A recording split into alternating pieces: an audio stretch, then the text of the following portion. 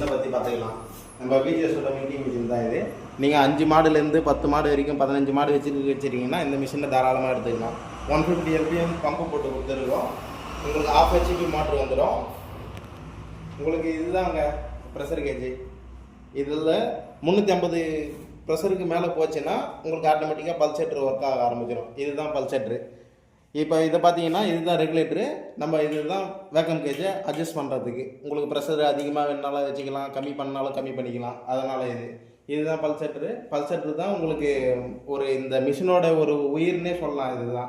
இதுதான் உங்களுக்கு மசாஜ் டைப்பில் மாற்றி கொடுக்கும். இல்லைனா வேக்கம் டைப்பில் யூஸ் ஆகிடும். வேக்கம் அதிகமான ப்ரெஷர் ஆகிடுச்சுன்னா என்ன பண்ணுறீங்கன்னா பால் முடிஞ்சிடணும், பிளட் வரதுக்கும் வாய்ப்பு இருக்குது, மடி வீக்கம் ஆகிறதுக்கும் வாய்ப்பு இருக்குது.